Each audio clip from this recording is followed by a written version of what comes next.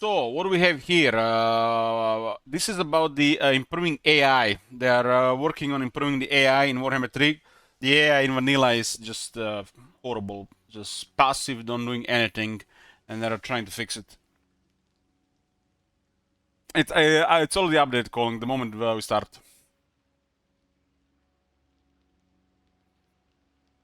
Our Warhammer 3 campaign AI Beta 2 is now available live on Steam. Instructions for... Okay, that's...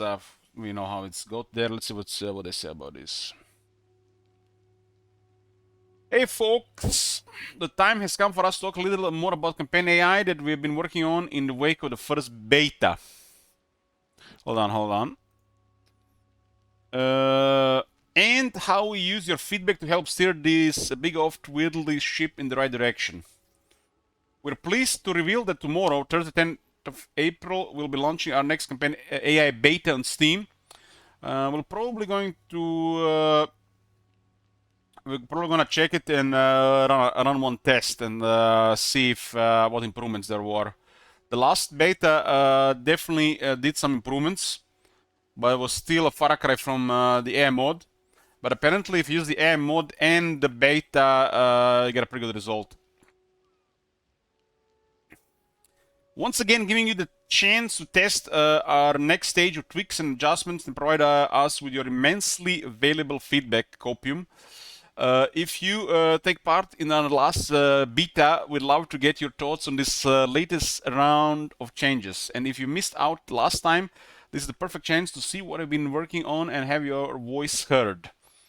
You will find instructions how to access the beta at the bottom of this blog when it goes live tomorrow. So check back when you see us confirm it's live.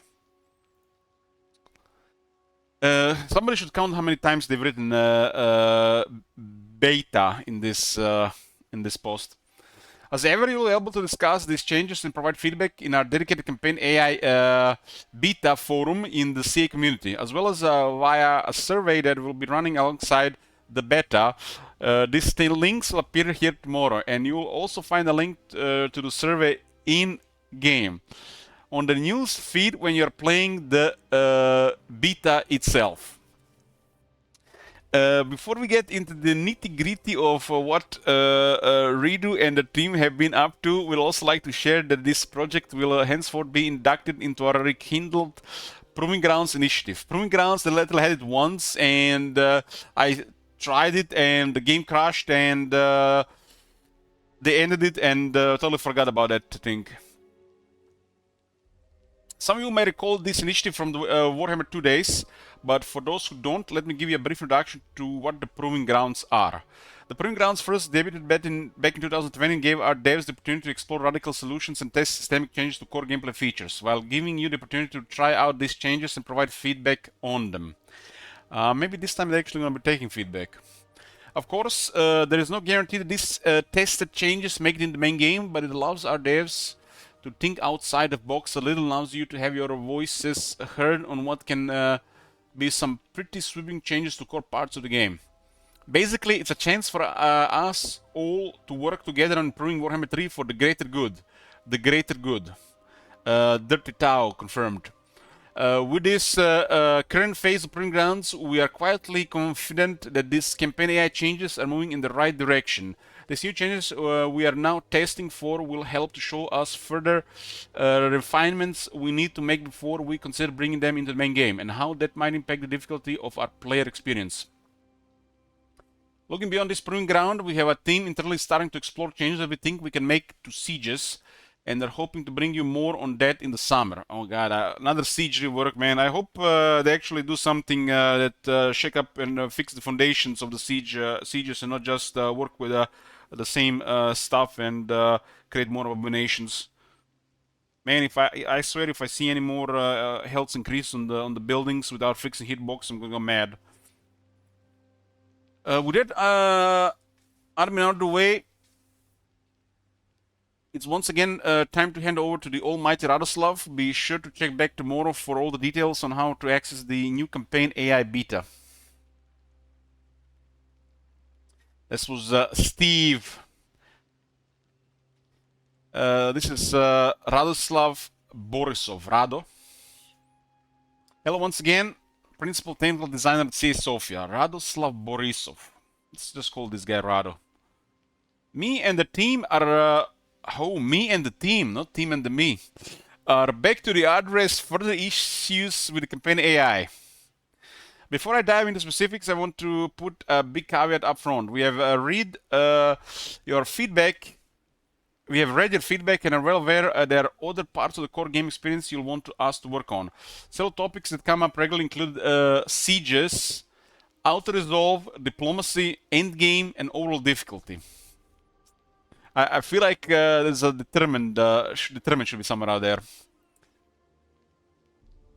While those topics are outside the scope of the current beta, we are making plans to work on those later this year. The scale of the work on the above-mentioned topics likely will not allow us to address everything, but we want to start from somewhere. The next game areas we will be working on are going to be sieges and auto-resolve. Expect more information from us later in the year. God damn, they're only talking about later in the year. It's just April started. Moving back to campaign AI in Beta 2, we are going to focus on the following topics. Anti-player bias. There are a number of issues arising from the ways in which human and AI factions are unequally evaluated. They totally fucked up the difficulty when they were messing up with the player bias. From one extreme to another extreme. And we learned that it's better to have extreme against the player than not.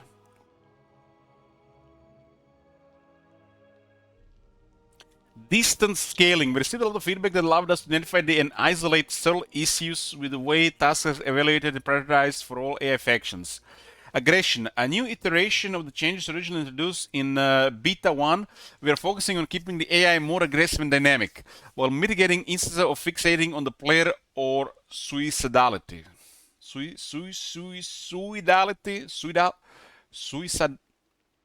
Suicidality. Faction potential. New iteration of the changes from Beta 1 with focus on mitigating edge cases around important manufacturers and introducing a bit more variance between campaigns. If you need a refresh, you can check out Beta 1 blog here. And now for some more details on topics outlined above. Anti-player bias. Threat versus strength. There exist two different measuring scales within the AI, threat and strength. Threat overview. Every faction in the game has a threat evaluation based on a variety of factors, such as diplomatic activity, interactions with campaign objects via agent actions, occupation decisions, region count, among others. The main purpose of the threat score is to inform the AI how powerful and influential other factions, even without them being allied or hostile. The above-mentioned threat evaluations result in two distinct scores: Global Strategic Threat Score and Individual Threat Score. Global Strategic Threat is like a leaderboard of who's the most powerful and influential. Individual threat scores are individual for every faction and reflect their view. Global Strategic Threat Score is used as a baseline for these calculations, but factions take additional parameters in consideration, such as proximity, diplomatic attitude, direct aggressive actions, among others. The impact of threat scores are wide-reaching and affect deal evaluation, diplomatic attitude, task generation. There are additional distinctions between a faction main trait and common traits for several factions, but these are subject for another time. Strength overview. Whenever the AI needs to understand how strong any force is in battle, it does a strength evaluation. This strength evaluation takes into consideration everything the AI knows about it: units, experience, bonuses, stances, among others. Every time a task is being evaluated, a strength evaluation is performed on the target. Depending on the result of the evaluation, all on forces are evaluated to find a force we can justify resourcing. Finding a force with a good strength ratio against the target is critical. And failing to do so requires additional resources be expended to recruit. What they changed for this beta? In this beta, we are changing the threat player actions generate to between 90% and 120%. Yoo-hoo! Additionally, a new multiplayer that changes the... My bad.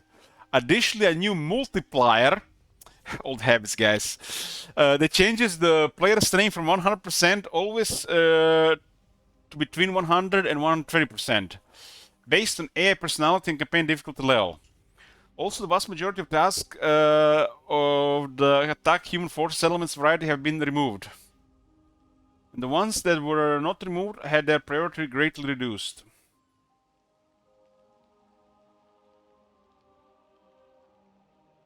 Why we changed it?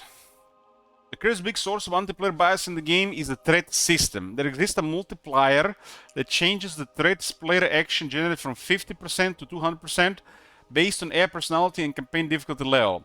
This causes player threat to scale very differently compared to the AI. The goal of these changes is to have the AI evaluate the player much closer to how it evaluates other AI.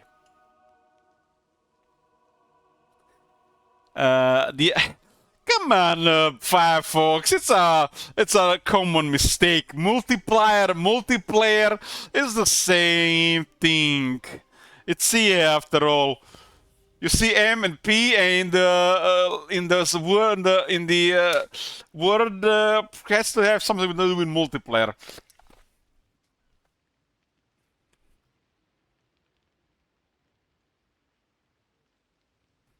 The addition of a standing multiplier aims to align the way different systems perceive the player, leading to more consistent behavior overall. Since the threat system affects a variety of other systems, such as task generation, diplomatic activity calculations, the deal evaluation improvements in the AI's behavior in those areas is expected as well. So it looks like bias is back in the game towards player expansion. A prime example of an issue these changes aim to resolve: if an AI faction borders the player, it will go into defensive posture, mostly due to the task of the defend regions neighboring threat variety. But factions that are close but not actually bordering the player will aggressively attack due to the tasks of the attack threat variety. So how will these changes affect you in game? You know, guys, I love reading this. I love them explaining this, spaghetti voodoo and under bolognese. And I love them how they are explaining all this, how it will affect me in the game. And literally, we're reading a fantasy novel on the blog, and then we start playing the game.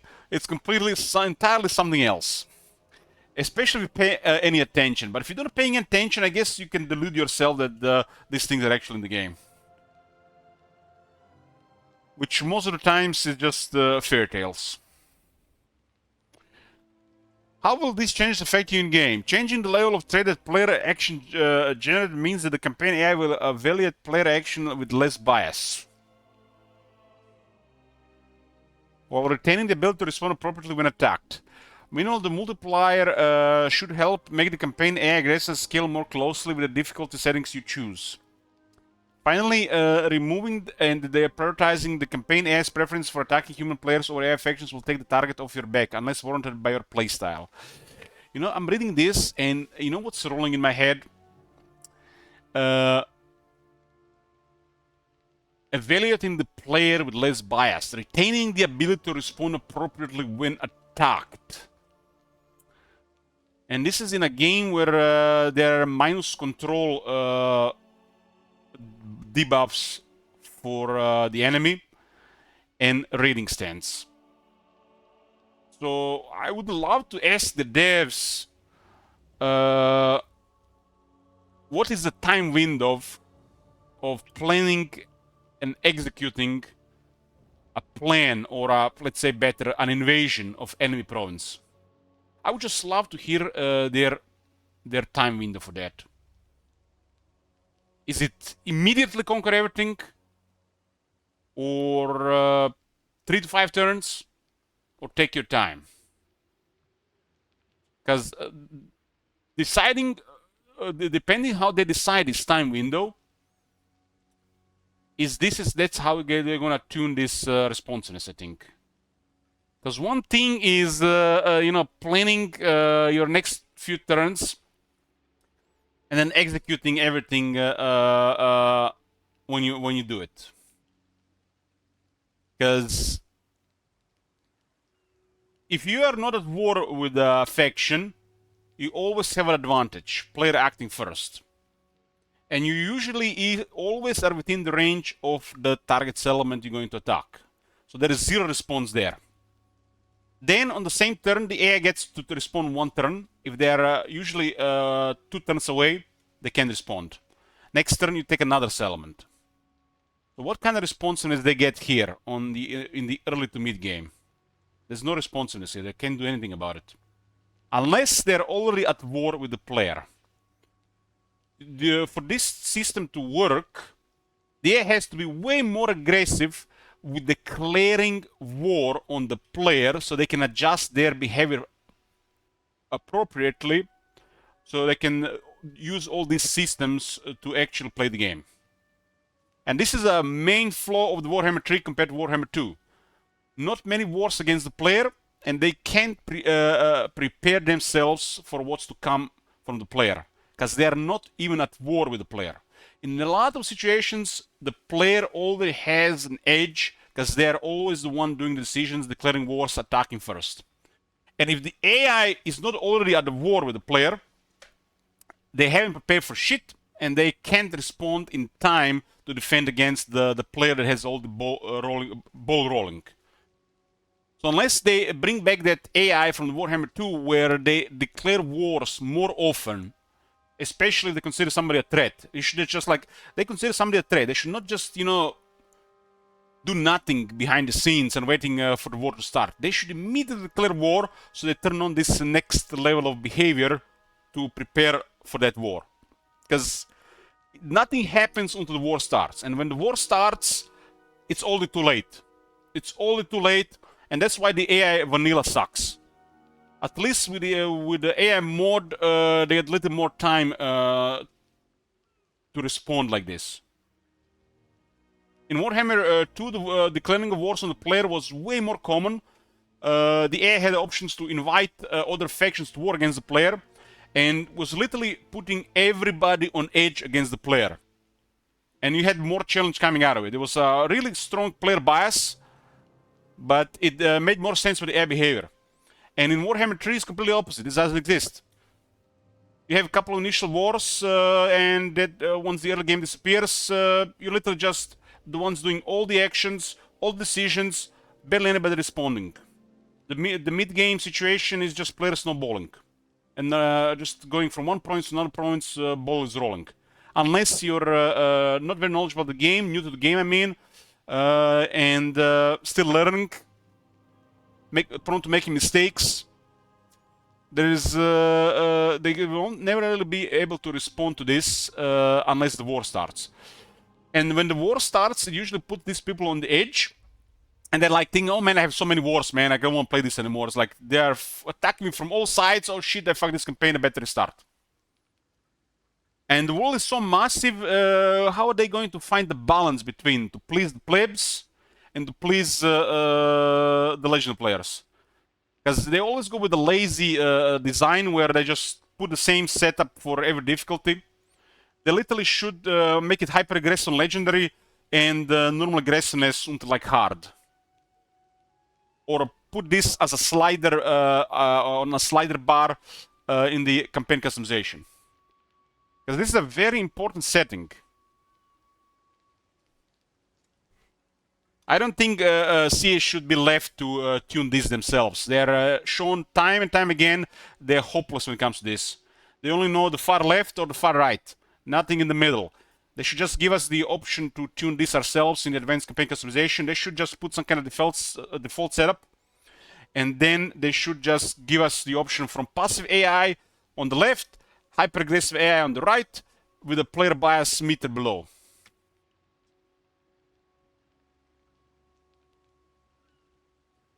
Because past the initial 20 turns of the game, factions that have aversion to your faction and the faction that are hostile to your faction, most of these factions should declare war on the player, no matter where they are.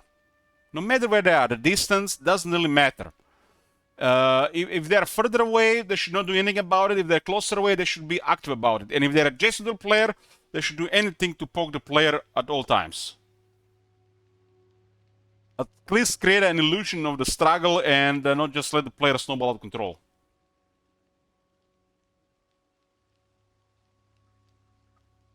Player in Warhammer 3 can manipulate diplomacy in a way where it just trivializes the game. Meanwhile, the AI is super passive about it. Super passive about it. Like a pace turn 25, it's just snowball with most factions. And if you play factions like, the High Elves, like Dwarves, Empire, or, those factions have really easy diplomacy, it's like, there's nothing happening really, just... You gotta create games in your head to keep playing. At least in vanilla game.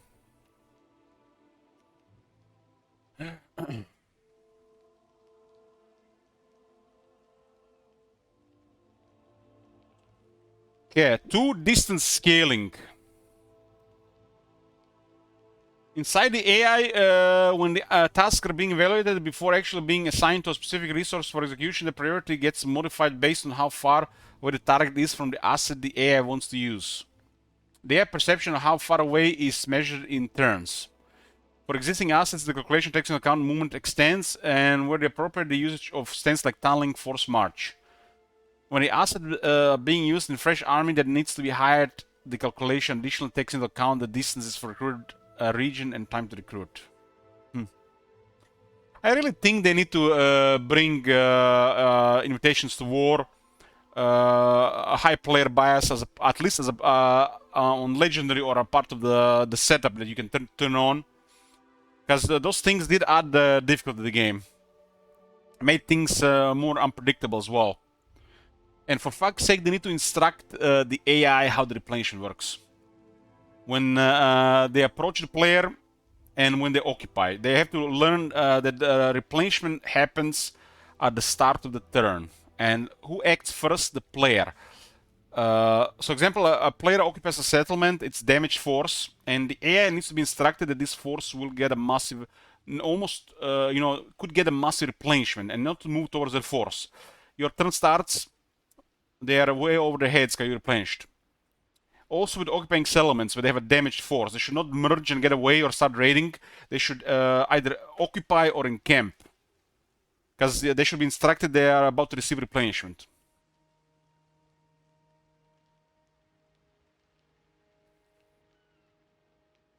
AI needs to be instructed how the replenishment works. I hope the devs know how the replenishment works. When a turn starts, everybody gets replenished. That's how it works. And the player acts first. So you click end turn, player turn has ended, but it's still the same turn. AI now acts. They don't get replenished then. They got replenished at the same time the player did replenish. And then the AI is not instructed into how the replenishment works. And this does lower some of the difficulty of the game. Because they make their decisions on the player strength and forces and their own strength and forces. Until the AI is instructed how the replenishment works, they're going to be still making bad decisions from time to time. So turn 1, let's say turn 33. Turn 33, you attack a settlement, take massive damage. The AI sends army towards you. Next turn starts, you're replenished. All of a sudden, they're outnumbered. They're in a bad situation. They were not, looking in a bad situation because your force would diminish when they made the decision. That's one example. Example 2, AI has just sacked your settlement or raised the settlement, and instead of occupying the settlement to replenish with another force or with that force, they just get away. Usually merging units in the process. But on difficult high potential, in most of the time, they would replenish almost completely. Because the next turn when it starts, player is going to act first, but everybody's going to be replenished the moment the turn starts. And the AI has up to 12% additional, 12% extra replenishment on top of base replenishment. So these things have to be instructed to the AI to make better decisions. There's a lot of times these decisions I can see this if you pay attention. They're making bad decisions because of this. On top of this, they need to better instructions when to occupy, loot, sack, or raise settlements. Needless besieging need fixing. AI is losing so much momentum, and the difficulty just stops existing with these things. And when they're not really respond properly to the traits and allow players snowballing in the mix with this, you literally have to fuck it up.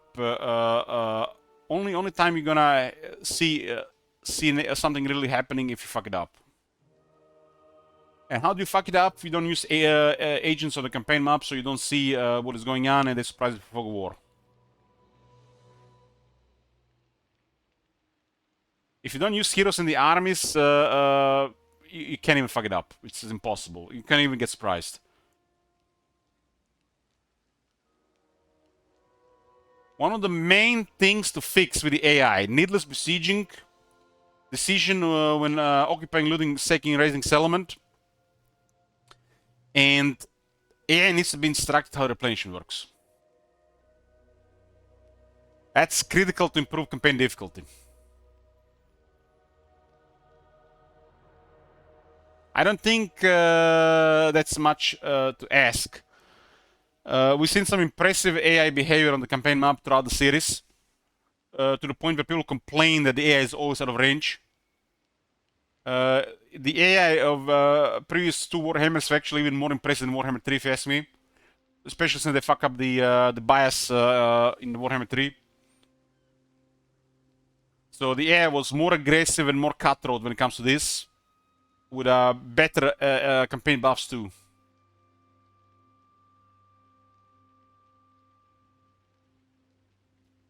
So these things already existed. So they just need to put some work and adjust some things. A couple of weeks, put into this testing and see how it works. And for fuck's sake, don't make the same change for every difficulty. Like bullshit you, the AI behaves differently depending on normal knight and normal hard, very hard, legendary, but it's just nonsense. Most of the decisions are the same. And they ought to really put some of this more cutthroat behavior for very hard and legendary. If they do not agree with this, then just put it as an option in the campaign customization.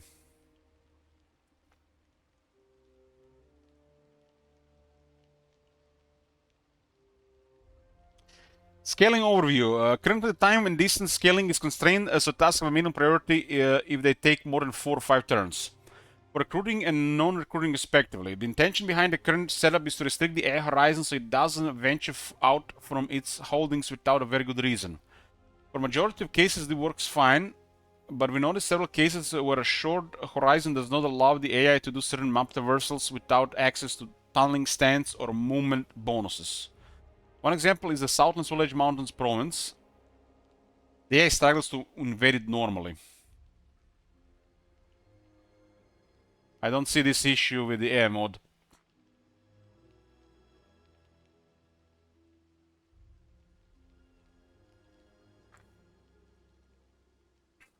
What we change to combat this in this beta, we are going to introduce a scaling component based on campaign progression that changes both time and distance scaling dynamically. Current values are minimum of 10% priority at about 4 turns away when recruiting. Minimum of 10% priority at about 5 turns away when not recruiting. New values when AI effect has more than 15 regions. Minimum of 50% priority at about 6 turns away when recruiting. Minimum of 50% priority at about 7 turns away when not recruiting.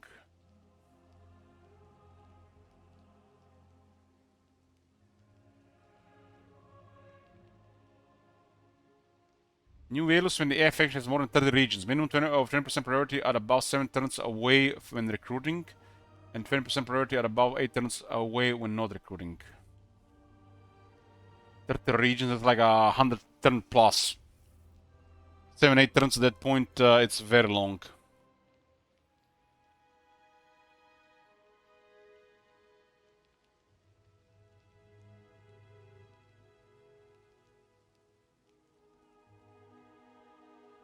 Why we changed? The current setup works well, restraining the AI from breaking up its territory and avoiding cases of province hopping and border gore.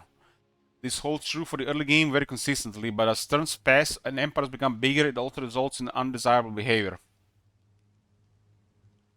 Two types of issues we are aiming to resolve with these changes are certain regions, provinces being inaccessible to some factions when AI,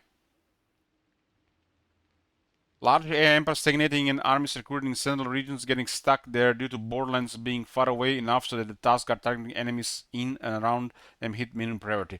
This is a minimal issue. This is a very small issue with the AI mod compared to the vanilla game. How will these changes affect in game? You should see AI emperors expanding more consistently and see less stuck armies idling in their core provinces that are too far away from danger to provoke action. This should make the mid and late game more dynamic, as well as making powerful AI empires spread their assets out more appropriately. Simultaneously making the campaign AI more ambitious while opening up strategic opportunities to attack them as their borders expand and soft spots organically appear in their defenses. Well, now I'm really curious about this shit. Let's turn on the beta here while we are reading this shit.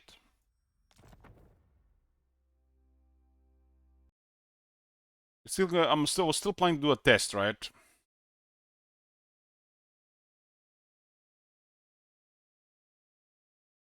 Betas.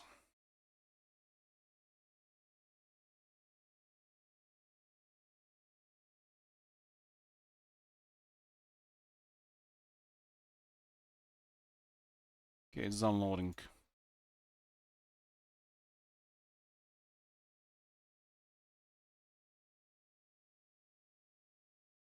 A lot of the stuff they're trying to work here has all been fixed by the AI mode that we've been using for months.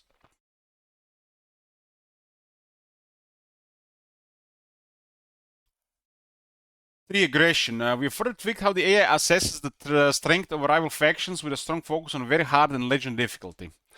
Yes, yes, I will believe this when I see it. Well, our tests cannot really be always clear, but it's much faster when we do it as changing, right? But we can see some idea about what they're saying there. What we change? Average enemy strength terrain modifiers to strategic calculation reduced from 20% to 10%. Very hard legend modifiers to defense cowardly factions are now allowed to exceed 100%.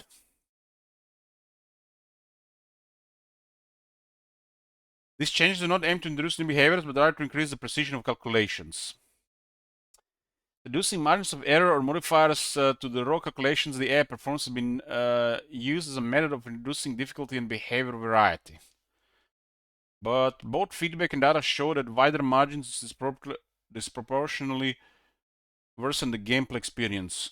The above-mentioned margin of error is the leading cause of AI factions misjudging their chances and suiciding armies or not leaving enough defense in threatened territories. You know, if this is true, that it means that they should kill that cult on the changeling and make sure that we can do the test.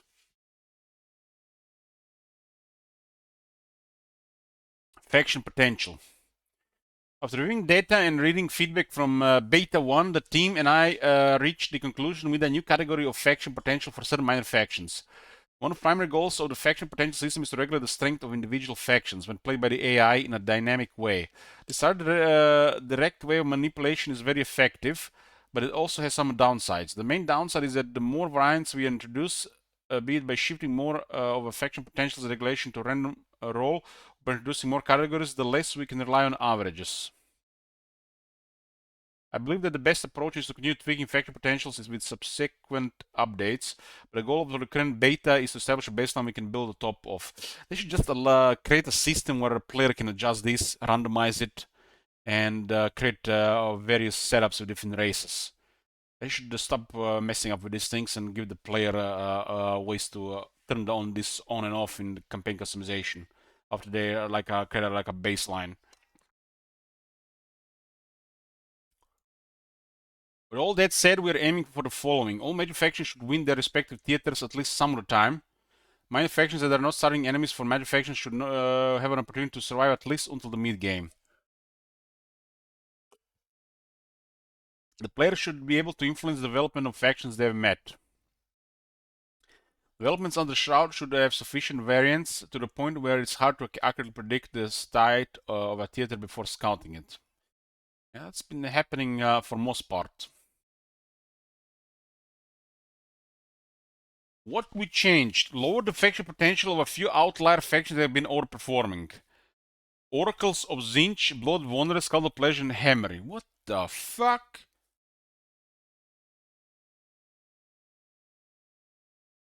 Were they not them paying any attention to Oxyotl?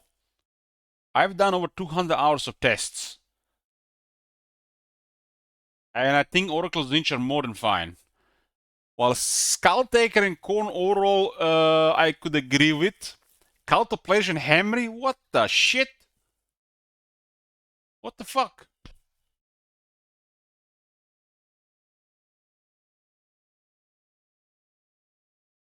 That is bizarre. The Tomb King AI don't even have proper military, let alone overperform. It's probably the Shroud that's messing with it. But the moment you start fighting them, they're just trash. That's why we gave them one more army and faster army research.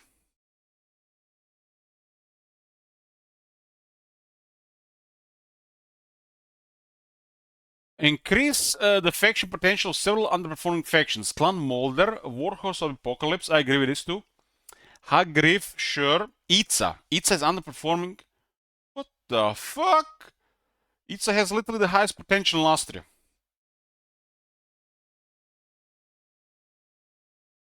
Bloody Hands is underperforming. Current Blue Roses, I can agree with that one. Puppets of Mistral. Bone Atlas.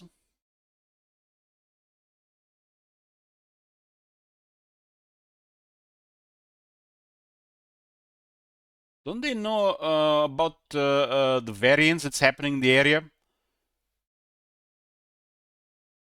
Well, some of these factions are supposed to work with the other factions in the area to be successful. It almost looks like this is going to cause a massive imbalance in those areas now, because Puppets of Mistral are not supposed to be successful on their own. When they're not fighting Warhorse of Tsar, Kati literally burns.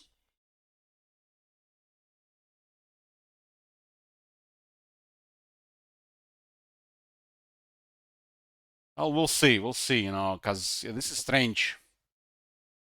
I agree with this too, but Itza, man, Itza is in a tough spot, but it's because of Skulltaker, not because they were underperforming. So Blood Wonder has been tuned down, and Itza has been buffed again now. Is Sleepyson around?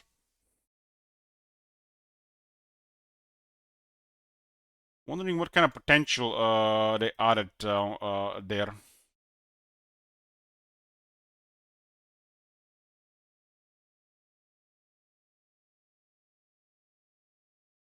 The Oracles of Zinch and the Blood Wanderers did have some of the highest potential in the game. Cult of Pleasure and Cult of Pleasure was on the higher end. Hamry as well, but the faction is very weak. In a terrible position as well.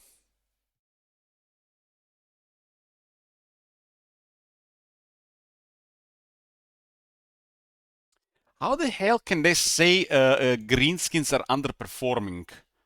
They have the biggest power swing in the early game. Dva. Literally, in all the tests we've done before changing shit, we could have seen sometimes even greenskins have top 5 placings in the early game.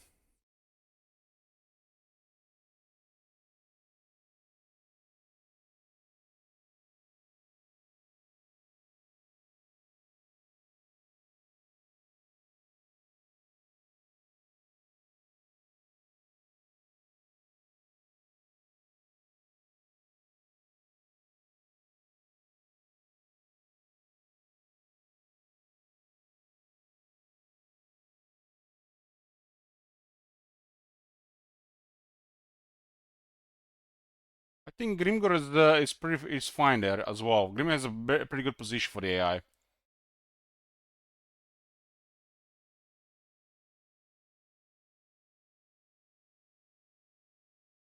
New category of faction potential will be applied to the following minor factions. All elector counts, all elector factions,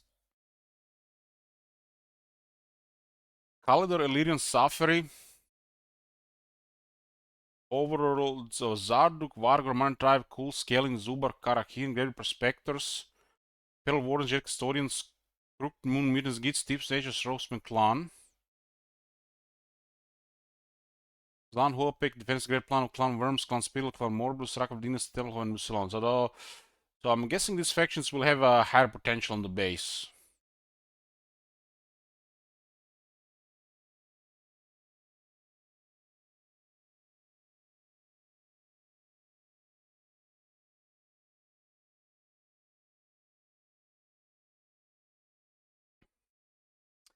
We heard you loud and clear that having a variety of minor factions survive and potentially thrive is something you want to see.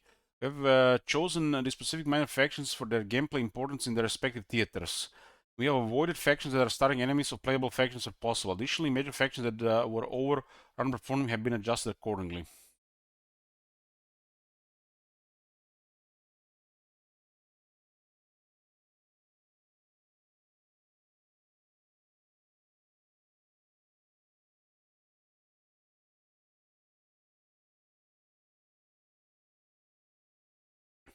How will these changes affect the game? In the campaign, these changes to faction potential should make sure that the major factions assert the expected level of control over their theaters. Example, Reichland over Empire, but without wiping out every minor faction within reach. This should establish a more reliable baseline that keeps more major and minor factions in play for longer, allowing players to influence the development of the factions they meet and making a bigger strategic impact.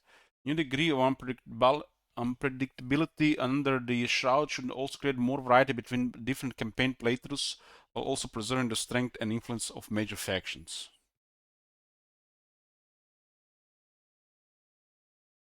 There's a little bit some conflicting information with this one on the top of the one. But I guess they were talking about in some situations that there'll be different results.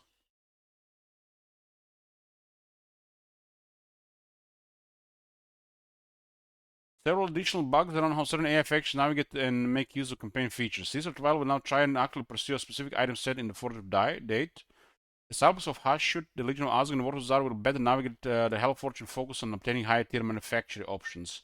Yeah, we definitely need AI use more of their special stuff. It's only some of the factions can use stuff.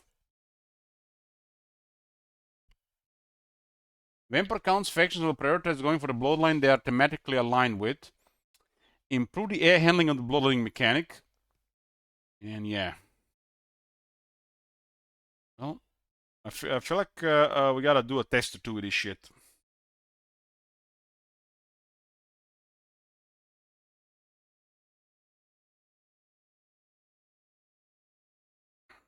The first test was still having the same issues from which we started using mods for, but it was definitely improved over the vanilla. This one seems like, at least in words, a vast improvement over the vanilla from before. And keep in mind, this is the second beta for the campaign AI. Doesn't mean any of this is in the game. We're still even waiting for the first round of things.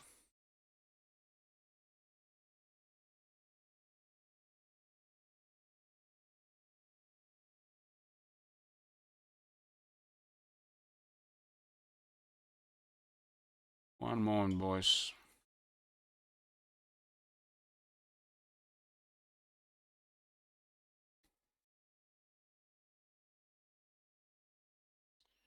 Turn off the mods. Turn off the mods? Oh, god damn, I don't need the mods! Some of them on the test.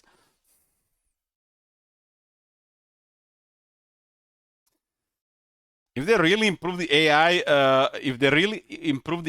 they'll be able to remove the cult, right?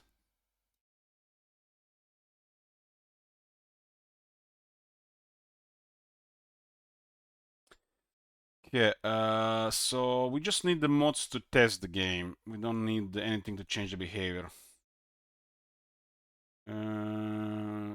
Okay. Yep. We don't need that. Okay, all good, all good. This is gonna be just mods to test the stuff. And we'll see if they can do anything about it. Okay. I'm gonna get a tea and we're gonna start some tests.